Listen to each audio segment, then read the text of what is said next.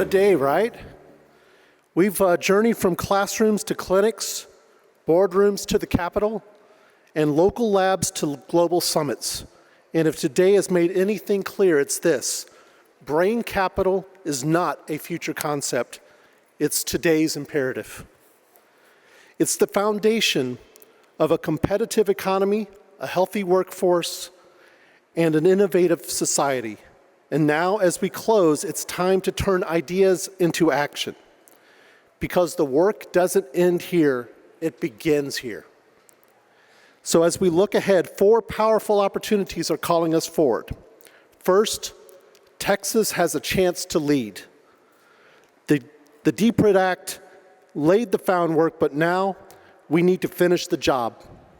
A critical ballot initiative is coming, and it's up to all of us to ensure voters understand what's at stake: cognitive health, economic resilience, and our future workforce. Second, Houston can shape the next economic revolution. Just as we led in energy, we can now lead in brain capital. By launching a brain economy transition initiative, we can future-proof our industries and show the world what it means to build brain capital at scale. Third, this is a global moment. Brain health belongs to the global economic agenda in the G7, G20, UN, and the World Economic Forum. If we want public-private investment, if we want alignment, if we want action, we must speak with one voice. And fourth, momentum needs champions. From Houston to Washington, and from policy to practice, it's business leaders and advocates who will carry this forward. So now we're going to hear from 4 of those champions, and this is definitely one of those moments where you want to be close to the stage in the room. This is where the rubber meets the road, and we're going to do it in fast fashion. They'll each bring a clear call to action, one that only becomes real if we step up together. Let's finish strong, and let's begin the next chapter. First up, Eric Mullins is the chairman and CEO of Lime Rock Resources and has jointly led the team since co-founding the Lime Rock Resources strategy in 2005. Prior to this, he spent 15 years at Goldman Sachs, leading numerous key transitions for public and private E&P companies in the division's Natural Resources Group. Mr. Mullins serves on the board of directors for ConocoPhillips and Valero Energy Corporation and on the board of trustees for the Baylor College of Medicine. Please welcome Eric Mullins.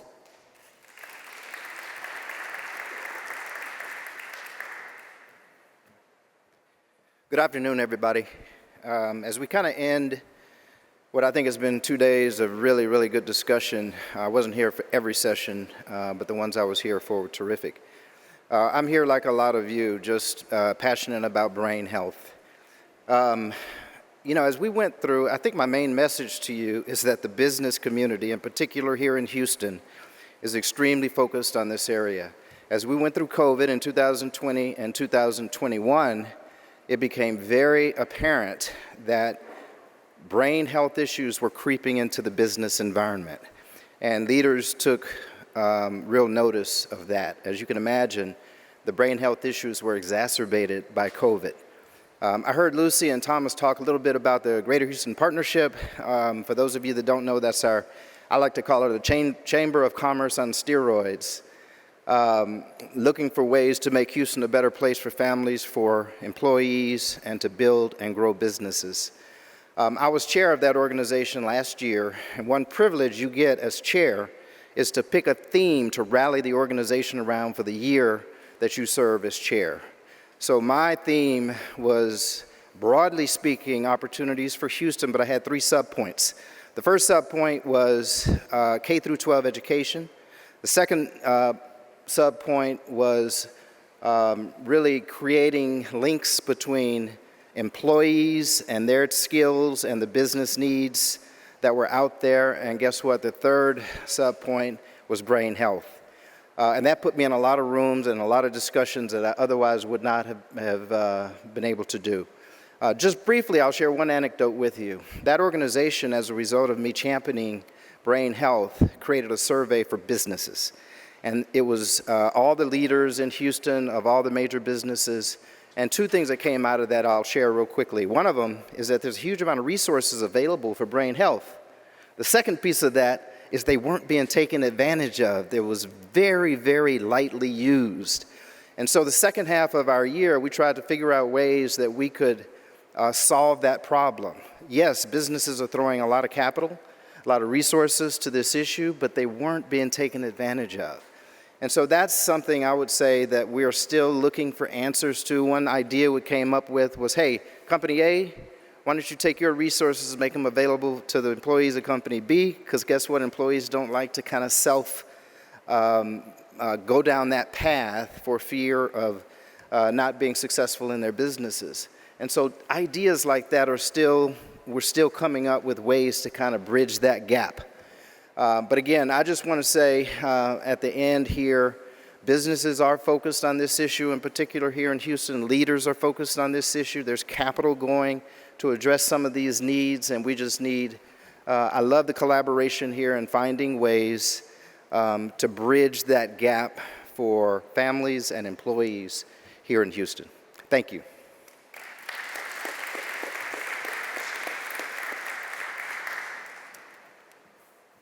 Thank you, Eric.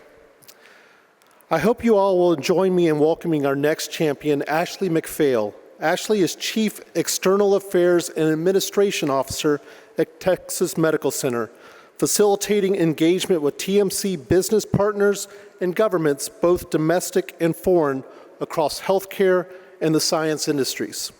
She leads strategic programs such as the Clinical Research Institute and the TMC International BioBridges to advance innovation and research in the life sciences.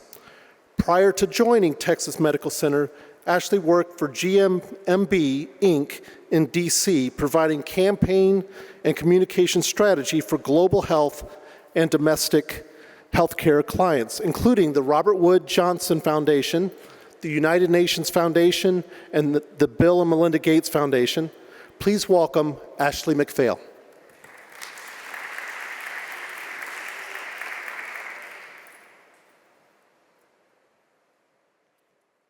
Hi, everyone. Welcome very much. It's very excited to have this taking place in this building. It's a privilege that I have to work here on the 4th floor and get to be exposed to all of these great conversations. We're here today really for a call to action around DPRIT, the Dementia Prevention Research Institute of Texas. I know we've talked about it a lot, but it's something we're very excited about here in Houston and across Texas. So when we think of what DPRIT is, it's advancing research within the dementia and related diseases, driving commercialization. So one thing about this campus, Helix Park, it's all about taking that research and driving it to commercialization, from bench to bedside faster. So we can really get it in the hands of patients and their families who are really impacted by these diseases. And then, of course, continue to enhance Texas leadership within neuro and dementia. This is something that we've seen great success from the CPRIT side on cancer, and it's really important that we continue this pathway and build it out for dementia and neuro diseases. Just quickly for those that maybe are not here in Texas, what is the status of this and what does that mean? It has passed both the Senate Bill 5, went both through the Senate and the House, along with the joint resolution. This is a constitutional amendment, which means now that it's going to the governor's desk for signature, it has to be brought forth to everybody across Texas to vote on during the November election. And so that's really that next stage. The governor should be signing any day. As Texas session is wrapping up in the next week, there are a lot of proposals on the desk, so not quite sure exactly that timing, but very much looking forward to that and having it be a piece. So really, call to action. What does this mean for all of you in the room today? We do have a QR code here and we can share it out. But if you'd like to be involved with the campaign, so now we do need to move this to a statewide effort. So both whether or not you just want to be kept informed, which is great, Hope everybody shows up in November. But if you'd like to take more of an active role, so helping us as we start doing outreach, this is something that TMC will be very active in, but all of the organizations that have been here today and across the state. But we urge everybody within your networks, the business community is really important to get out and explain the importance of this. Not only is this something that will help patients and caregivers finding those cures, but it's an economic driver as well. When you think through the commercialization, having these life-saving things come from Texas, being manufactured in Texas, will really make a difference. So we hope everybody joins us as we start going through this state campaign to ensure that DBRIT passes, and then we'll be an agency starting in 2026. Thanks, everybody.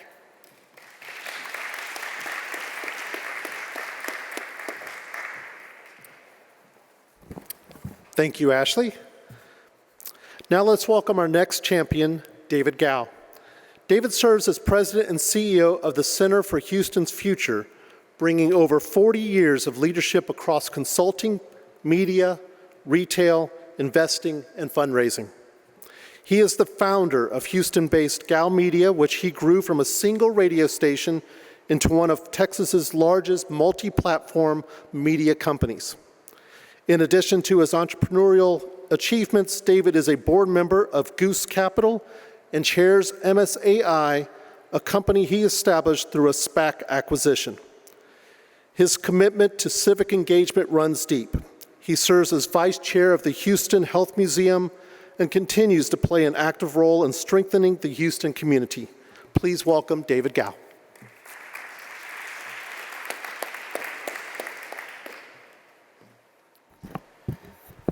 Thank you. It's great to get to be part of the finale here. What an extraordinary conference. Thank you, George and Kelly and everyone who's put this together, Harris, for the leadership. It has been such an enriching time for me personally to learn so much about what is happening here, to hear from so many compelling speakers and panelists. It's been really, really enriching. And I guess if I would sum it up, I would say I walk away with, and I hope everybody walks away with, a sense that the opportunity is large-scale and life-changing, and the moment is now. As the CEO of the Center for Houston's Future, I assuredly hope, it's our aspiration, that Houston will be what Thomas called a lighthouse for brain health, a lighthouse that would lead the world, a lighthouse not at the exclusion of the world, not to get findings and hoard them, but to share them with the world, to help change the world, to be transformative, to be a lighthouse. And when you think about what Houston has, our attributes, and Thomas highlighted them well, we have so many great institutions in place, institutions that are really moving the needle. It was fun to hear Jacob Robinson's comments about how when he started his business, he was able to access here both capital and infrastructure to support the scaling of his business. But then even stepping back from that, when you think about Houston, we have a long history of casting big visions, bold visions, aligning resources, and throwing our very best people and minds at them and seizing those opportunities, achieving those visions and making them a reality. And so my call to action really is threefold. I would really encourage everyone, cajole everyone to work entrepreneurially. And when I say that, it was interesting talking to Steve Kennelly yesterday.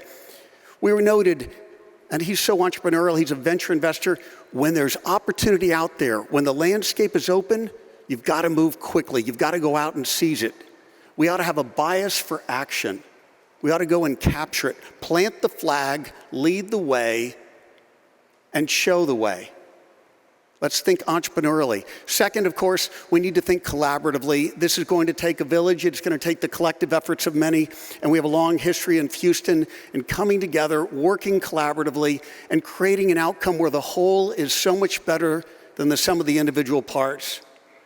Where through our collective efforts, we're able to achieve things we would never be able to do on our own. Let's work collaboratively. And I guess my third point is that we would work in a way that's inspired. I mean, think about it for a minute. We could work our entire professional lives and not come across an opportunity quite like this. an opportunity with such large-scale economic upside and the potential for human impact. It's a compelling combination, and it should inspire us.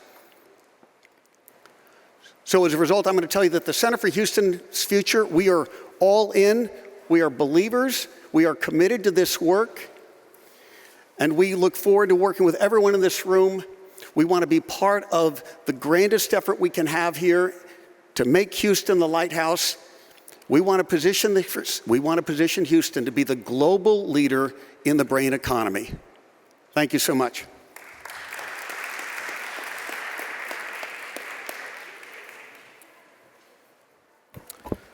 Thank you, David, for those inspiring words. To send us off for the day, it's my pleasure to turn it over to George Vredenberg, Chairman of the Davos Alzheimer's Collaborative and Us Against Alzheimer's, for today's final words.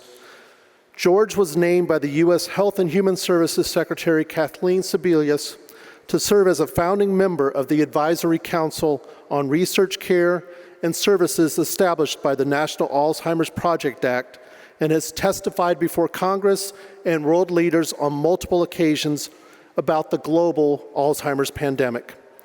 Under his leadership, Us Against Alzheimer's co-convenes both the leaders engaged on Alzheimer's Disease Coalition and the Global CEO Initiative on Alzheimer's Disease. Let's welcome George Vredenberg.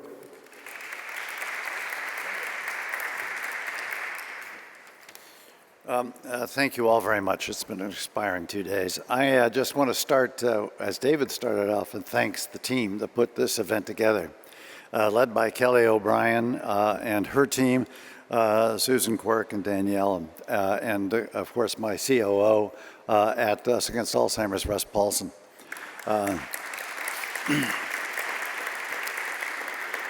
It's a quality space, it's a quality people, and a quality event. And it was a real learning experience for me, and I'm delighted to be here.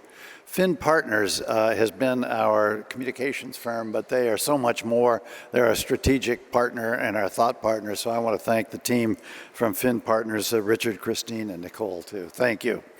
The team at TMC has been extraordinary. This building, you think it's big, but it's small and big and airy and real light, and there's something special about the way this building works in terms of this space and the surrounding spaces and the outside and the inside. So I think the people who put this building together deserve a hand.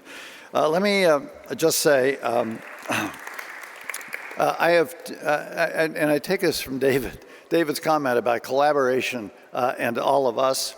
We named our organization domestically Us Against Alzheimer's because it's all of us. It's not them, it's not you, it is us that have to do this.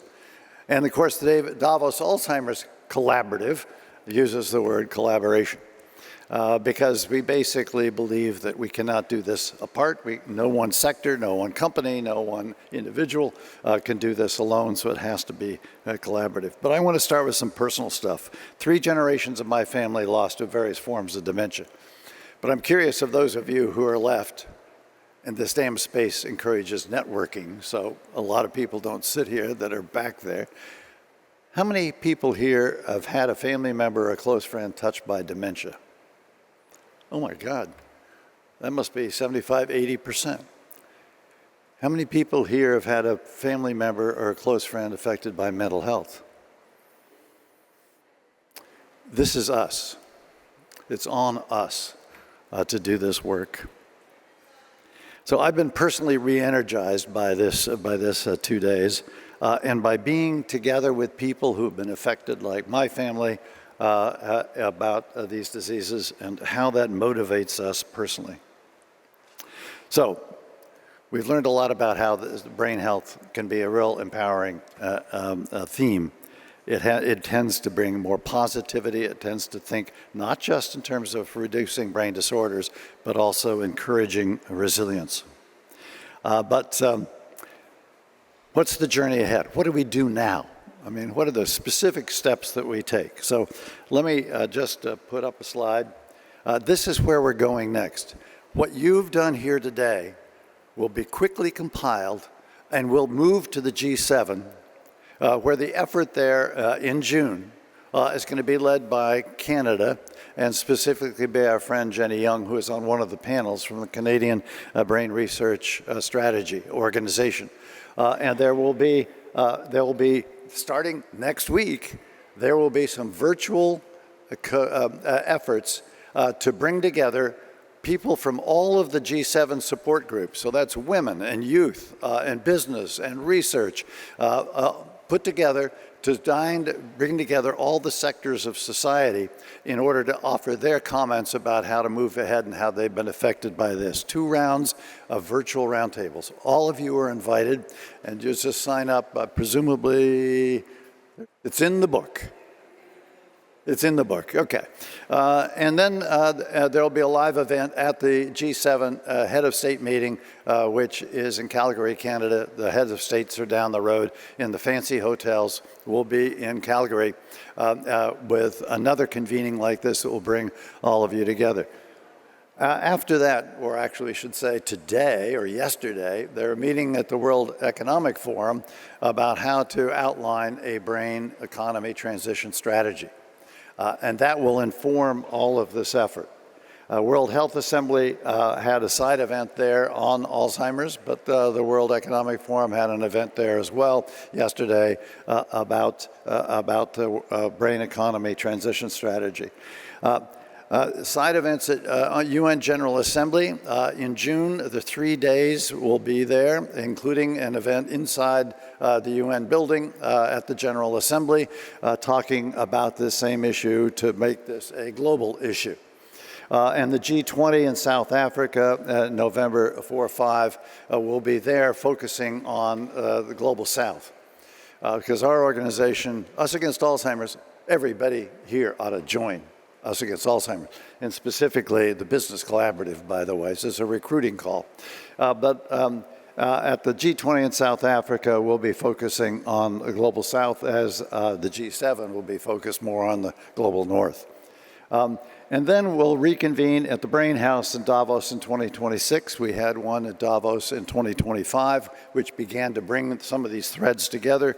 But in 2026, we will announce a brain economy transition strategy. Our brains, the McKinsey Institute, are going to be helping us all the way through all of these events as we get more and more comments about what actions each segment of our society can take to bring about a transition to a world in which we focus on not only reducing brain disorders and innovating around that, governments, industry, and all of us, but also how to build brain resilience, because this, as we've learned, is not a health issue alone, although it is touching all of our families as a health issue. It is also a business imperative, and it is an economic strategy for national governments, and we hope the globe. So you are showing here today and yesterday what is really possible in this movement. The various strands of the built environment and kids and youth and midlife workforce enhancement. You've brought together some of the threads that no doubt are going to be expressed throughout all of this effort as we continue to elaborate what the brain economy transition plan looks like. That will be announced. And we ought to then find ways, as we heard here on one of the panels, how to measure whether we're making progress against some transition plan. It's not just setting goals and hoping things work out. We have to actually engage sectors of the economy, leaders in the economy from a variety of sectors and segments of society in ways that actually put in front of them you can't over-organize this, but at least a collaborative and a single goal, common mission, a direction to what we do, but then hold ourselves responsible, ourselves being a large group of people, holding ourselves responsible for KPIs, key performance indicators of whether we're making progress. Because the opportunity is too large, the downsides of not doing anything successful too low, that we have to move forward. So I just want to end here with actually what David said. Seize the moment, collaborative with inspired leadership. You've shown it here today. David articulated it well in those 3 points. And I just want to say to all of you, thank you for kicking off this process, which is going to lead to plans and then execution of those plans over the coming years. So thank you, thank you, thank you.